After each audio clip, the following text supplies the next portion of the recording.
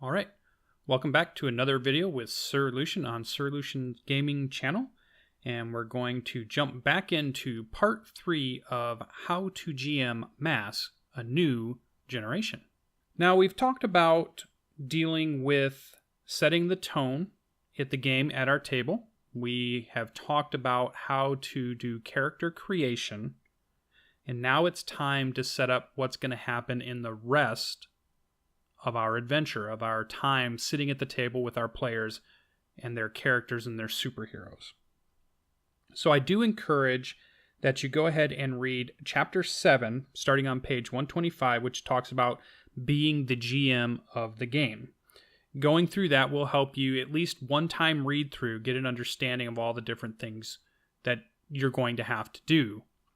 But when you go to actually run the game, you're not going to run it in the order of page 125, page 126, page 127, the information that's on there. You're going to jump around a little bit. So the first thing I like to do is I like to jump over to, after I've kind of refreshed myself on just reading through it at least that one time, I'm going to go ahead and jump over to page 169, because the next chapter, chapter 8, talks about what to do in your first session. And it talks about prep materials. It talks about how your first session's going to go. It talks about how you're going to create characters and some of the things that you're going to do in your first session. And I want to point out that, importantly, from this chapter, real quick, the thing that you want to take away from it at this point, we've already got through setting the tone. We've already got through creating characters. On page 171, we're doing the last 3 bullet points there at the bottom of the page, where we're going to show off who these characters are. We're going to go through most of the mechanics of the game, and definitely at least all of the basic moves, and we're going to create an awesome first issue for the comic. So that's really what the rest of this game is going to be about. And in fact, it even says here that most of your time has been eaten up by character creation. So usually it takes about an hour or two, and in my experience it was right about an hour and a half for us to get through character creation. So if I've got a 4-hour slot sitting at a convention, sitting at a table, sitting at a one-shot with my friends, whatever it might be, I still have about 2 hours to build this first session. I have about 2 hours to show off who these characters are, go through most of the mechanics of the game, and definitely all of the basic moves, and create an awesome first issue for your comic. Or really, it should say for our comic, right? The reason we're going to do these, so showing off these characters, the biggest thing we're trying to do here is this game is about characters. It's about their interactions with each other. It's about their interactions with the world, more than it is anything else. So we want to make sure that the rest of our game focuses on them.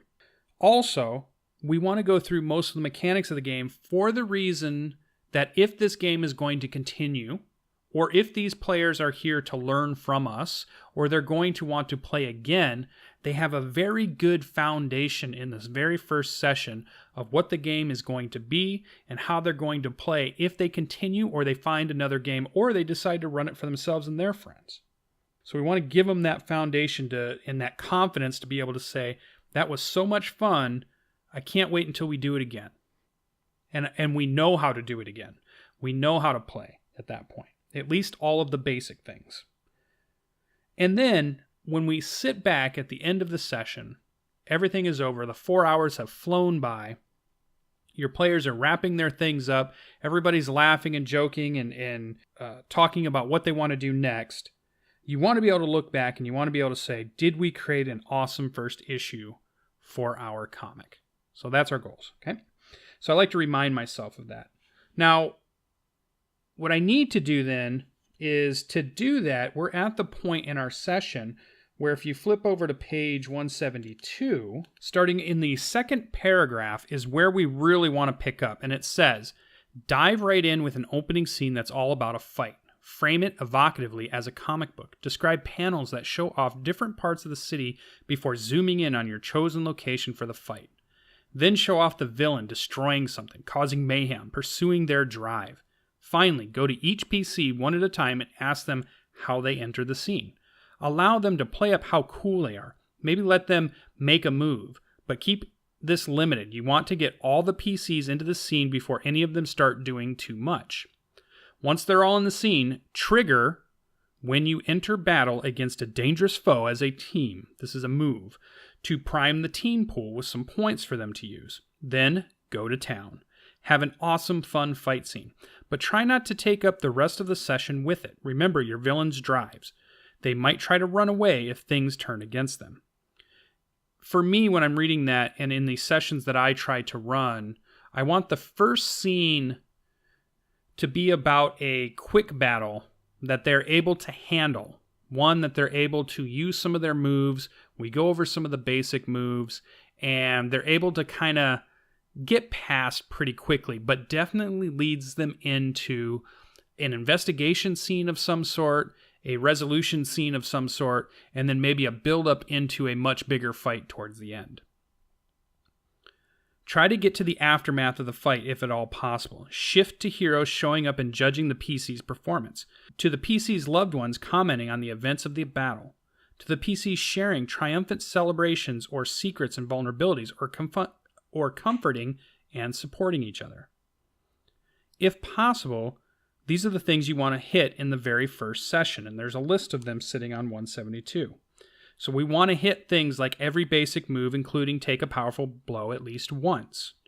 We want to do some label shifts and rejecting of influence. We want to do conditions, whether taking them or removing them.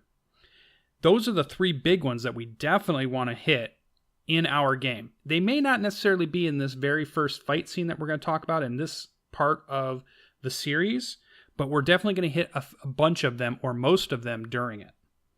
After that, the rest of our session, after the first fight, the rest of our session is going to be about bringing on more action, build on character creation, ask questions constantly, call out moves when they happen, offer moves when the players flinch, frame scenes with multiple characters, shift their labels, display the adaptation to the superhuman, give them a chance to talk.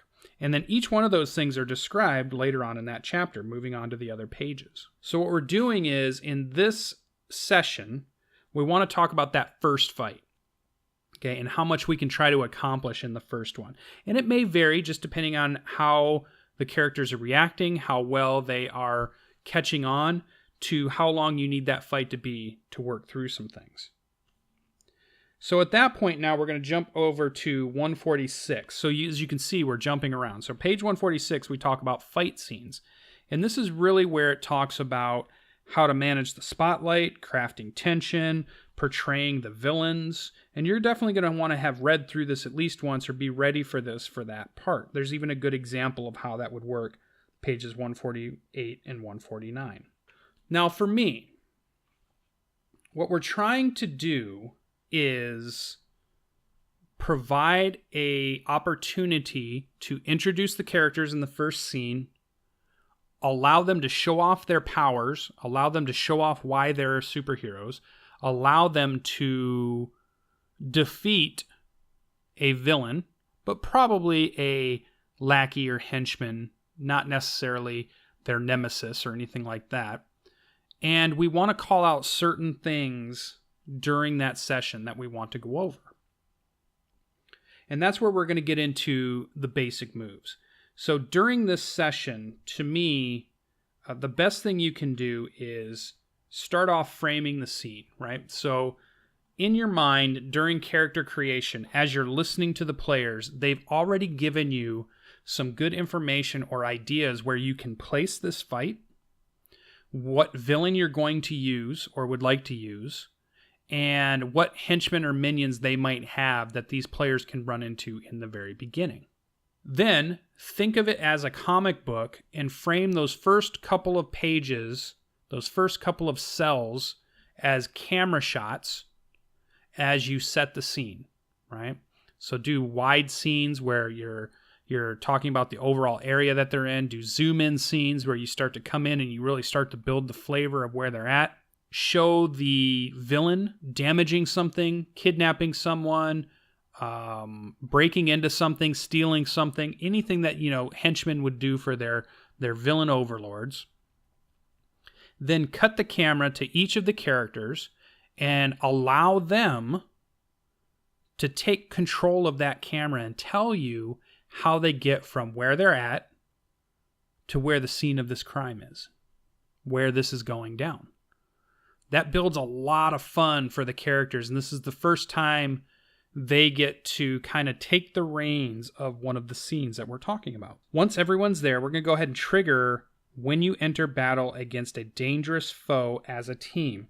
And you can find more information about that on page 84. And this is a good time for us to explain what the team pool is. All right. So when you enter battle against a dangerous foe as a team, we get to add 2 points to the team pool. There's some things here that we can read off to see if we're going to add more or less points to this pool. So if the leader has influence over every teammate, because they've chosen a leader for their team, we're going to add another team point. If everyone has the same purpose in the fight, add another team point. So at this point, you're going to ask them about what's your purpose here? Why? What's your plan? Even though you might have heard other people's plans.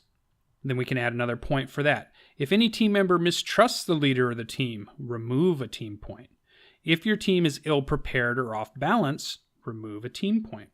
The leader of the team can mark a condition to avoid removing a team from the pool.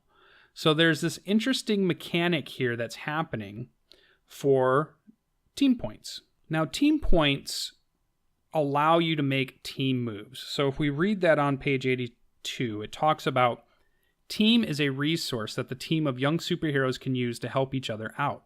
It represents their unity, their connection, and their coordination, but it's pretty intangible. A squad of superheroes with a lot of team doesn't look different, but they're much more prepared to work together. So using team, anyone on the team can spend a team out of the pool to give a teammate a +1 on a move after the roll. So when you see somebody makes their roll and a +1 might benefit them, this is a time where the team could make that decision to maybe give that person, that team member, one of the team points. Even low rolls can be turned into hits when the whole group pitches in and there's enough team in the pool. But each teammate can only spend one team out of the pool for any single roll. And they still have to be able to actually help in the fiction. So it's the idea that your teammate fictionally, narratively, is going to help you. They're going to give you a reason how they help your character, and then they're going to remove a point that you have in the team pool. There's also a mechanic here that you could talk about with the players, which is the PC team members can also spend team to act selfishly. When you act selfishly, say how your actions ignore or insult your teammates. Remove one team from the pool and shift one label up and one label down, your choice. You can use this option after rolling to alter the label you're rolling with. So this is a time where your character decides not to use teamwork, grabs a point from the team, but then shifts a couple of their labels. And label shifting is a big thing. So you want to really talk about how that can affect the players and how it's going to happen often enough. They do have some examples where they talk about how to use those, and then how do you add more points to the team. Now, once we have that out of the way, your players are going to want to start engaging the henchman or the threat or the thing that you put in front of them in this very first fight. And to do that, what I would do is I would encourage them to use the basic moves first. Though they have lots of moves on their character sheets, and though we probably will use a few of them, you definitely want to talk about the basic moves in the very beginning, and even encourage them, letting them know that we're gonna go through a few of these when you say you want to do something. So this is when we jump over to chapter 4, page 53, and we start talking about using moves in play. And you've probably read through that at least a little bit, but especially on page 55 where we talk about the basic moves, right? So we want to, in this first fight, if we can, get to most of these. So there is like directly engage a threat, unleash your powers, defend someone, assess the situation, provoke someone, comfort or support someone, and pierce someone's mask. And then each one is listed out throughout that chapter.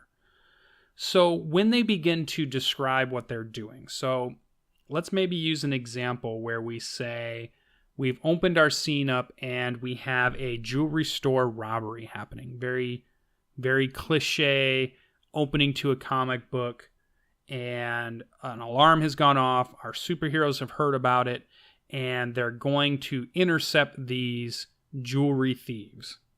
They arrive on scene. They've told us how they've got there.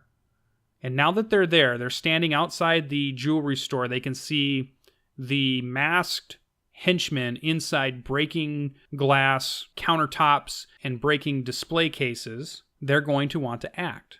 Listen to what they say they want to do. At some point in there, a character may say something like, well, can I see another entrance? Or can I see a getaway driver? Or can I see different things? They're asking you questions that sound like they want to know more information. That's a perfect time to say, that's a great question. That's a great thing your character wants to do. Let's talk about the basic move, assess the situation. And just go to that point in the book and then go over, read it to them what it means, and then talk to them about how they would use that. And let that character, that superhero, use that basic move, which is assess the situation. And there's a few in here that are in there. And typically those are going to be, when you assess the situation, you're going to roll plus your superior. And if they roll a 10 plus, they get to ask 2 questions. On a 7 to 9, they ask 1 question, and they take +1 while acting on the answers. So this is allowing them to investigate or see something that might help them in this upcoming battle.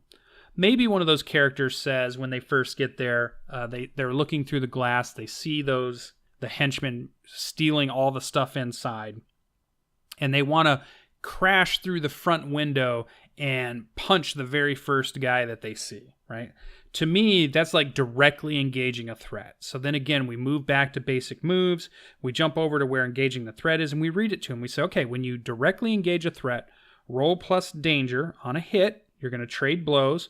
On a 10 plus, you get to pick 2 of these options, and on a 7 to 9, you're only picking 1 of those options. Now, on any of these where a miss happens is where you can add in some type of complication to what's going on. This is where the henchman can do a basic move of some sort. You can give them a benefit. You can decide that they recognize that the heroes are there and no longer have the element of surprise. You can do all kinds of great things if a miss happens. So at this point, we're trying to work our way through the basic moves.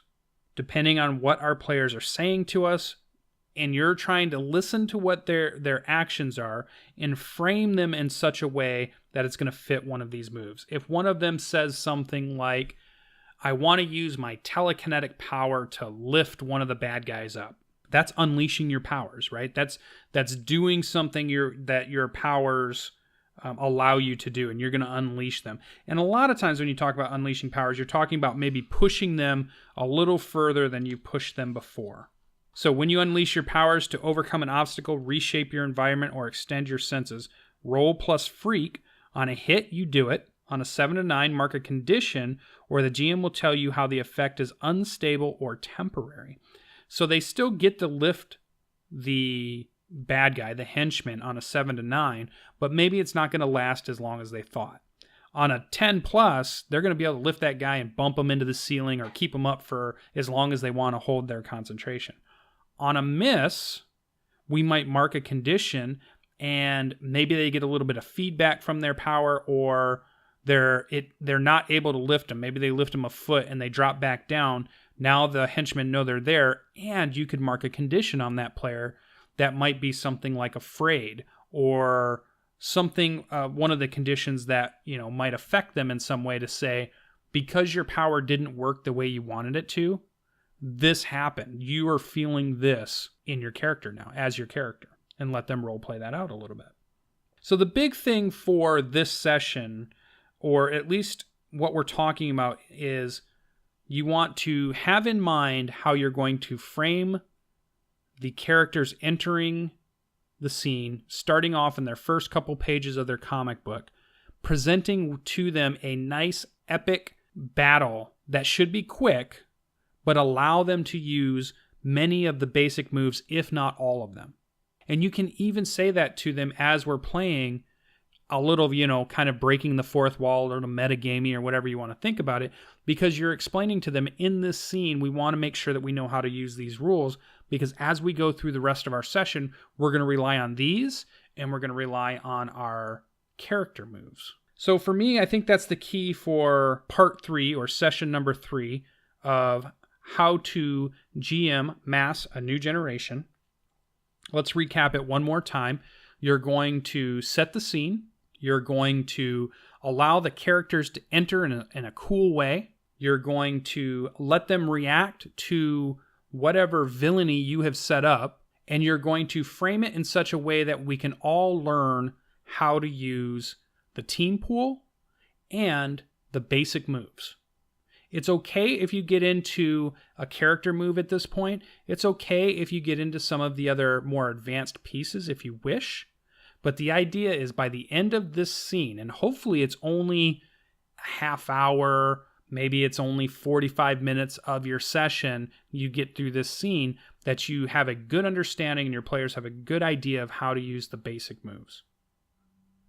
In our upcoming session, we'll talk about how to build on that. We'll talk about where to take the storyline next. We'll talk about how to end our sessions. And by then, you should be able to run Mass a New Generation.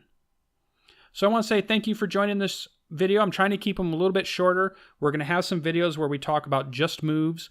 We're going to have videos where we talk about just the characters themselves, the playbooks. And we're going to have videos where we talk about just influence, just little pieces in case you want to go and just understand those pieces with examples. And I'm glad that you showed up once again to this channel. Check out all the other great content on my YouTube channel here, or you can even watch us live playing some of these games on twitch.tv/SirLucien.